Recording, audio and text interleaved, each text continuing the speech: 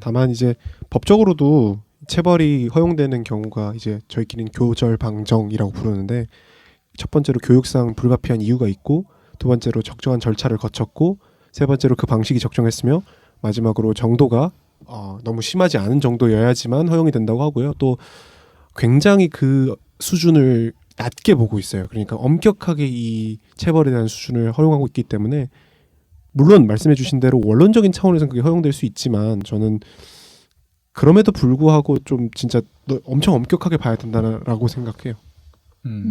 네, 그 한 가지만 저는 더 말씀을 드리고 싶었던 부분은, 제가 왜 이 사람이 그렇게 안 바뀔 거라고 생각하냐면, 이 사람은 단순히 이 사람이 이렇게 된 이유에 이 사람이 나쁜 성정을 가져서만 있다고 생각하진 않아요. 뭐냐면, 이 사람은 아까 말씀해 주셨다시피 그냥 뭘 해도 1등이니까 이때까지 대우를 받은 거거든요.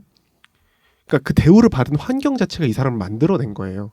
이때까지 그렇죠. 얘는 뭘 안 해도 그냥 다 대우를 해줬던 거잖아요. 그러면 이 사람은 단순히 그 사람 개인적인 문제뿐만 아니라 사회 전체가 만들어낸 일종의 괴물인 거거든요. 그리고 그런 사람은 바꾸기가 더더욱 힘들어요. 그렇죠. 네, 제가 그래서 아까 바꾸기가 더더욱 쉽지 않을 거다라는 말씀을 드렸다는 거 네.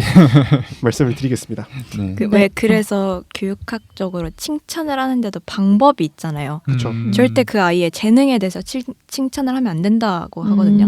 그 아이가 한 노력과 과정에 대해서 칭찬을 해야 되는 거지.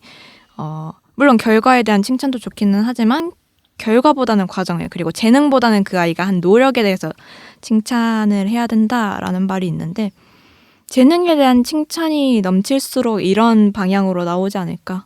그러니까 노력이 없이 쌓아진 결과에만 맹신을 하다가 그 자기 재능이 망해버리니까 노력을 한 번도 해본 적이 없는 선수잖아요. 코치잖아요. 그쵸. 그러니까 내 노력을 되돌아보기보다는 환경을 쉽게 탓해버리는 거죠.